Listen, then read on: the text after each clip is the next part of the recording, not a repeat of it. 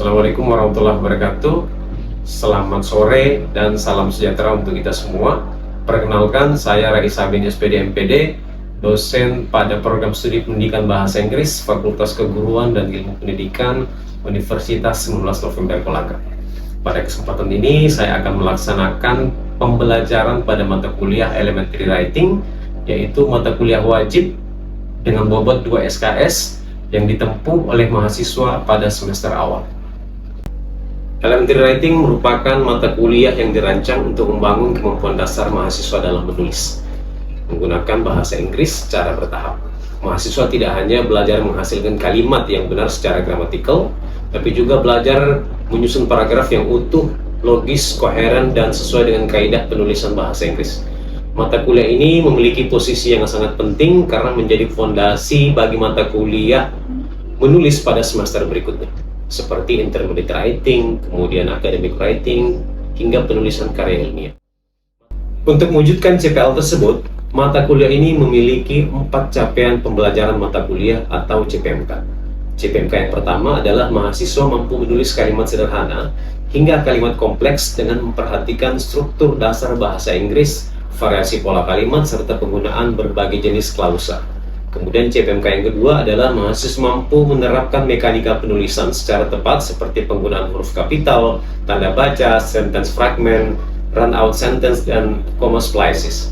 Kemudian yang CPMK yang ketiga adalah mahasiswa mampu menulis menggunakan berbagai bentuk waktu, meliputi simple present, simple past, future tense, serta mampu menggunakan artikel, adverb, time clauses, if clauses, maupun reason clauses sesuai konteks. Sedangkan CPMK yang keempat adalah mahasiswa mampu menyusun paragraf sederhana yang memiliki topic sentence, supporting sentences, concluding sentences dengan memperhatikan prinsip unity, coherence, dan completeness.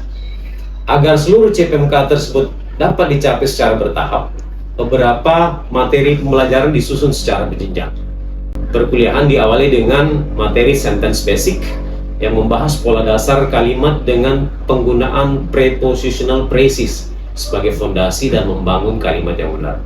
Selanjutnya, mahasiswa mempelajari writing mechanics yang meliputi penggunaan huruf kapital, tanda baca, serta identifikasi berbagai kesalahan umum dalam penulisan kalimat.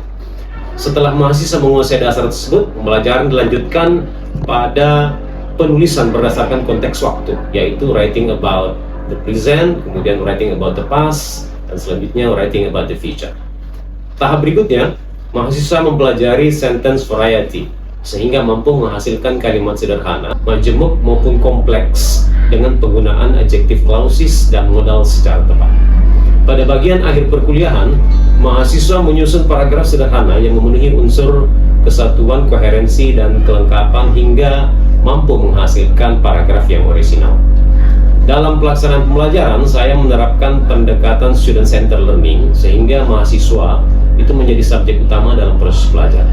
Metode pembelajaran yang digunakan disesuaikan dengan karakteristik materi, antara lain ceramah interaktif, kemudian diskusi, tanya jawab, drilling, writing games, project-based learning, dan problem-based learning. Melalui berbagai aktivitas tersebut, mahasiswa memperoleh kesempatan untuk membangun pengetahuan, kemudian berdiskusi, berlatih menulis, memberikan umpan balik kepada teman sejawat, serta merevisi hasil tujuan tulisannya berdasarkan masukan yang diperoleh. Dengan strategi tersebut, mahasiswa diharapkan tidak hanya memahami teori, tetapi juga mampu mengaplikasikan konsep-konsep yang dipelajari dalam praktek menulis. Penilaian dilakukan secara berkelanjutan melalui asesmen formatif dan sumatif. Kemudian asesmen formatif ini meliputi partisipasi aktif mahasiswa, latihan menulis, kuis sebesar 30%. Kemudian selanjutnya adalah ujian tengah semester yang dilaksanakan dalam bentuk writing test. Kemudian untuk mengukur penguasaan mahasiswa terhadap materi dasar, menulis dengan bobot 30% juga. Kemudian ada pun ujian akhir semester berupa tugas menulis paragraf secara utuh dengan memperhatikan aspek grammar, mekanik, sentence variety, dan lain-lain. Itu memiliki bobot sekitar 40%. Dengan sistem asesmen tersebut, kemampuan mahasiswa dapat dipantau secara berkesinambungan sejak tahap membangun kalimat hingga menghasilkan paragraf yang utuh. Seluruh rancangan pembelajaran pada mata kuliah ini disusun berdasarkan prinsip outcome based education, sehingga terdapat keterpaduan antara CPL program studi, SPMK, materi pembelajaran, strategi pembelajaran, aktivitas mahasiswa, serta asesmen yang digunakan untuk mengukur ketercapaian hasil belajar mahasiswa. Terima kasih. Assalamualaikum warahmatullahi wabarakatuh. Waalaikumsalam warahmatullahi wabarakatuh. Good afternoon, students. Alhamdulillah. How are you? Good. Okay, alhamdulillah. Captain, where is Captain? Captain, anyone absent today? Yes, Anyone is sir. absent? Yes, sir. Anyone is absent? Oh, no, sir. No. So everyone is present. Yes. Okay, students. Today we are going to continue our next topic. Yep. Yes, sir. It's about writing. And do you still remember our last topic? Yeah. Yes, sir. Masih ingat topik Yes, sir. sebelumnya apa? Masih ingat materi sebelumnya apa? Kalian terlalu cepat lupa ya. Yes, sir. Jadi masih ingat pertemuan kemarin kita belajar basic sentence ya. Basic sentence. Kalimat apa itu basic? Dasar. Cara menulis atau cara membuat kalimat-kalimat yang dasar. Hari ini kita akan belajar punctuation atau dalam bahasa Indonesia disebut apa? Tanda bahasa. Tanda bahasa. Apa?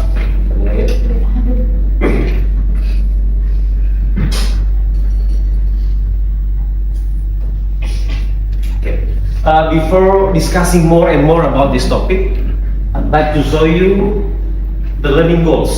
Jadi tujuan pembelajaran yang ingin kita capai hari ini itu adalah yang pertama, ya, kalian diharapkan itu able to explain the function of basic punctuation marks in English. Jadi kalian mampu atau diharapkan mampu untuk menjelaskan fungsi-fungsi dari punctuation itu sendiri. Okay. Kemudian yang kedua, tujuan yang ingin kita capai adalah kalian identify punctuation error. Jadi kalian mampu mengidentifikasi penggunaan punctuation atau tanda baca yang salah dalam kalimat yang sederhana. Okay. Tujuan yang kedua. Tujuan yang ketiga adalah correct punctuation mistakes accurately. Jadi kalian itu diharapkan mampu mengkoreksi kesalahan-kesalahan penggunaan punctuation dalam kalimat secara akurat atau secara tepat. Kemudian yang terakhir, tujuan yang ingin kita capai hari ini adalah kalian mampu write simple sentences, mampu menuliskan kalimat-kalimat sederhana yang menggunakan tanda baca atau punctuation secara tepat. Oke, itu tujuan yang ingin kita capai. Baik, setelah saya jabarkan tujuan pembelajarannya, maka kita mulai masuk punctuation itu sendiri. Oke, sebelum kita berdiskusi ya banyak tentang punctuation, kita harus pahami dulu why is punctuation important for you. Kenapa sih tanda baca itu penting dalam menulis? Menurut kalian? Ada yang mau berpendapat? Menurut kalian? Agar tidak salah paham kan? Agar tidak salah paham. Misalnya membedakan pernyataan dan pertanyaan. Ya, misalnya supaya kita bisa membedakan yang mana pertanyaan, yang mana pernyataan. Oke, good. Excellent opinion. Mungkin ada yang lain? Oke, baik. Kalau tidak ada, maka saya akan tunjukkan sesuatu.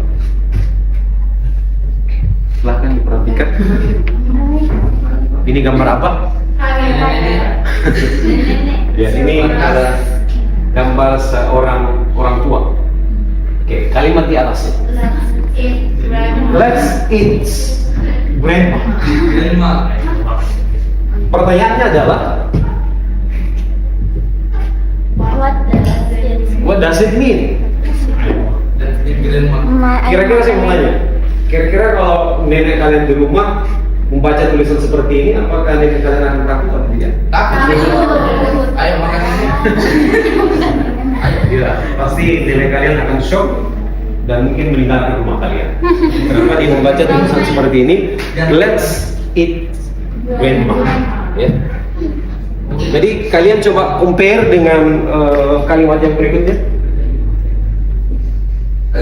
Senang grandma.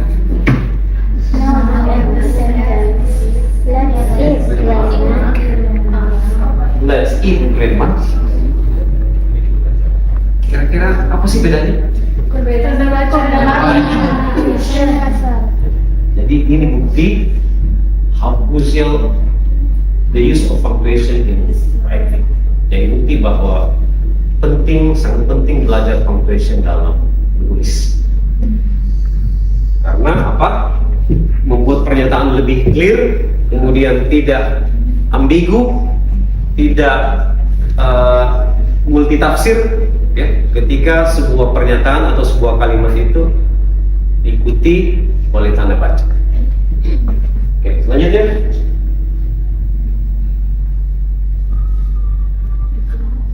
Oke, ini penjelasannya, ya. Jadi koma tadi pada saat di kalimat let's eat grandma itu ternyata koma di situ berpengaruh sangat signifikan. Nah ini tadi saya sudah sampaikan bahwa without punctuation writing can become confusing. Jadi tanpa punctuation maka bisa jadi dalam tulisan kalian itu akan menimbulkan kebingungan, kemudian artinya ambigu dan susah untuk difahami. Oke, selanjutnya. Nah, ini. Ya, jadi oleh karena itu penggunaan tanda baca dalam kalimat itu mampu membuat pembaca itu memahami ide dari penulis secara clear. Oke, kemudian kita ke slide berikutnya. Kita bahas dulu sebelum kita masuk ke contoh-contoh kalimat ya yang menggunakan punctuation. Kita pahami dulu apa sih punctuation itu. Jadi punctuation itu adalah system of symbols yang digunakan dalam menulis. Ya. Fungsinya adalah organize sentence and make meaning clear. Jadi fungsinya adalah membuat tulisan itu clear, jelas. Ya. Kemudian ibaratnya kalau kita bawa ke dunia nyata, ya, punctuation itu sama dengan traffic sign. Tahu traffic sign? Apa fungsi dari traffic sign itu? Apa fungsi traffic sign? Rambu lalu lintas itu apa fungsinya? Ya, memberi petunjuk, ya, supaya orang bisa selamat, ya, dalam misalnya berkendara, ya. Jadi kalau misalnya driver yang mengemudikan kendaraan tanpa memperhatikan traffic sign itu kemungkinan akan celaka, ya, karena tidak mematuhi traffic sign. Itu juga kalau kalian nanti nulis, itu harus memperhatikan kaidah-kaidah punctuation, karena punctuation itu ya bisa dianggap sebagai traffic sign dalam menulis. Ya. Oke, kemudian berikutnya. Jadi ini salah satu contoh dari punctuation. Period. Ya, period atau full stop. Pertanyaan saya, yang kalian tahu apa lagi selain period atau full stop? Koma ada, question mark, exclamation mark, apostrophe, semicolon. Banyak ya? Oke. Jumlahnya banyak. Untuk hari ini, untuk pertemuan di perkuliahan hari ini, kita hanya akan membahas 4 saja. Karena untuk materi punctuation itu jumlah pertemuan yang dialokasikan itu sebanyak 2 kali pertemuan. Jadi untuk pertemuan awal, untuk pertemuan pertama ada 4 jenis punctuation yang akan kita diskusikan hari ini dalam kelas. Ya. Selain period, kemudian ada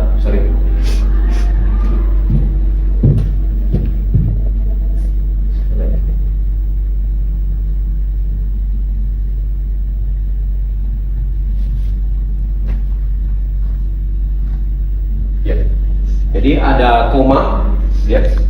Kemudian ada question mark, kemudian ada yang terakhir adalah exclamation mark yang kalian tadi sudah sebutkan semua. Oke, jadi nanti kita akan bahas satu-satu, ya, kita diskusikan sama-sama dan saya akan berikan contoh-contoh kalimat. Kita mulai dari period atau full stop. Saya mau tanya dulu, based on your experience, pengalaman kalian selama ini menulis, ya, sejak dari SMP, kemudian SMA, masih kuliah juga sering menulis. Full stop atau period ini kapan kalian pakai? Iya, kalimat. Oke, silakan. Kita menggunakan period di akhir kalimat. Di akhir kalimat. Jadi tiap akhir kalimat kita full stop. Oke. Ada lagi mungkin yang lain yang pernah pakai titik di kondisi-kondisi yang lain selain di akhir kalimat? Yang kayak begini, Sir. Silakan. Mister baru titik, kemudian Mister baru titik. Oke. Singkatan, ya. Oke, that's based your experience in writing. Kita akan cek satu-satu. Oke, yang pertama adalah at the end of sentence, seperti yang tadi disampaikan oleh temannya. Jadi di akhir kalimat itu biasanya kita menggunakan atau kita akhiri dengan meletakkan titik, ya, untuk mengakhiri kalimat tersebut. Contohnya, ya, jadi kalian bisa lihat sendiri, ya, ya, semuanya diakhiri titik untuk mengakhiri kalimat yang ditulis, ya. Misalnya Honda is an excellent driver dan seterusnya. Oke, saya yakin ini tidak masalah, ya, karena ini kalian sudah tahu. Kemudian yang kedua, titik itu kapan sih digunakan lagi? Yang kedua adalah at the end of an abbreviation. Ada yang tahu abbreviation itu apa? Tadi sudah disebutkan tadi. Apa? Kemudian titik tadi apa? Akhir kalimat. Kemudian yang kedua? Singkatan. Abbreviation itu adalah singkatan. Tapi ada tapinya, ya.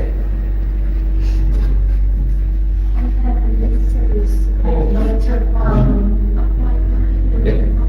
Sebelum saya jelaskan nanti terkait lebih dalam lagi dengan singkatan, saya berikan dulu contoh sederhananya. I have an appointment with Dr. Paul. Ya. Jadi setelah kata dokter itu ada titik, kemudian Paul, kemudian diakhiri oleh tanda titik juga. Kemudian Winnie, LBS ini apa? Ada yang tahu? Ada tulisan, ada singkatan LBS. What is it? Apa? Pound. Ya, pounds. Pounds itu apa? Pernah dengar? Satuan berat apa itu? Berapa kilo itu satu pound?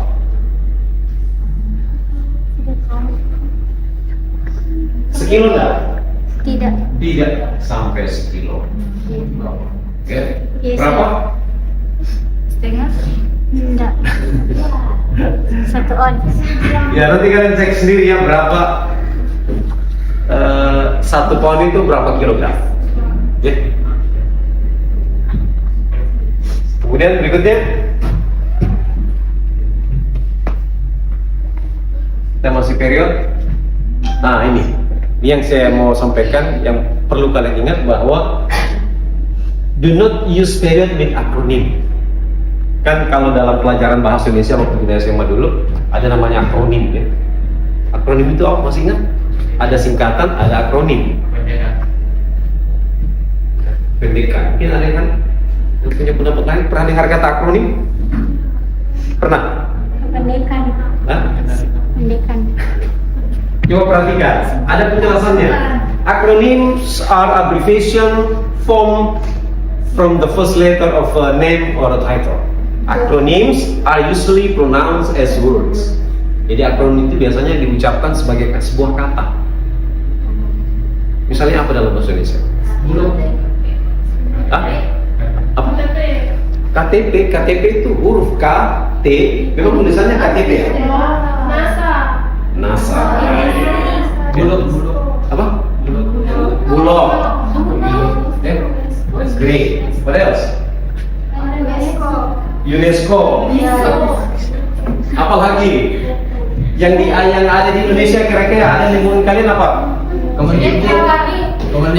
Kemendikbud. Sinetron. MBG. MBG itu akronim atau abbreviation? Hah? MBG itu akronim atau abbreviation? Abbreviation. Karena tidak tulisannya bukan MB, ya, tapi huruf N, huruf BG. Ya. Jadi bedakan antara akronim dengan abbreviation.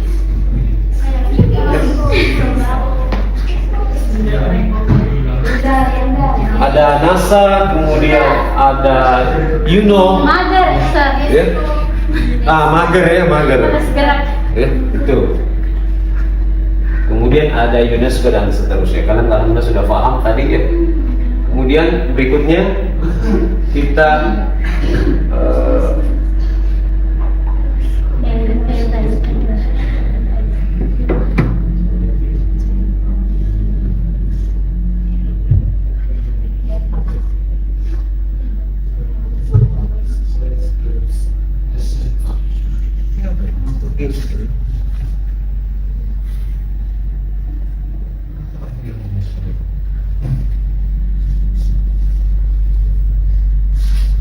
langsung kita ke exclamation marks. Ya, kita langsung lanjut ke exclamation marks. Jadi atau apa maksudnya? Oke.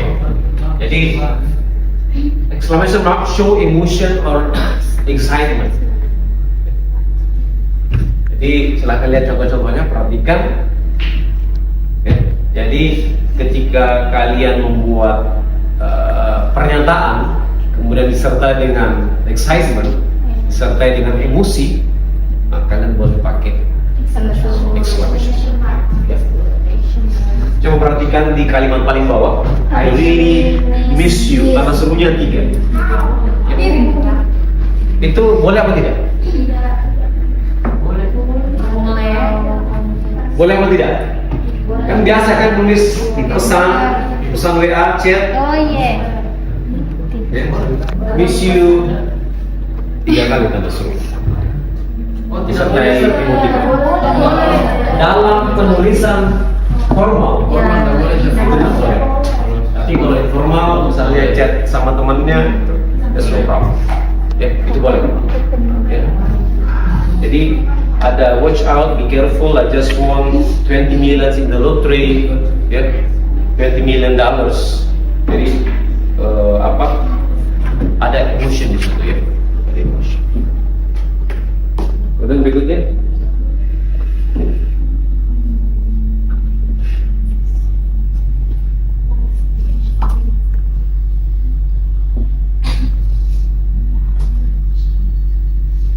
nah ini tadi sama ya, sama sih sebenarnya. Jadi if imperatif atau statement atau sentence itu say with emotion, excitement, surprise, comment, ya, itu semua diakhiri dengan tanda seru. Tapi harus diingat ya, harus diingat bahwa exclamation mark itu atau tanda seru itu tidak selalu ada atau melekat pada kalimat perintah. Jadi tidak mutlak bahwa harus kita kasih tanda seru. Misalnya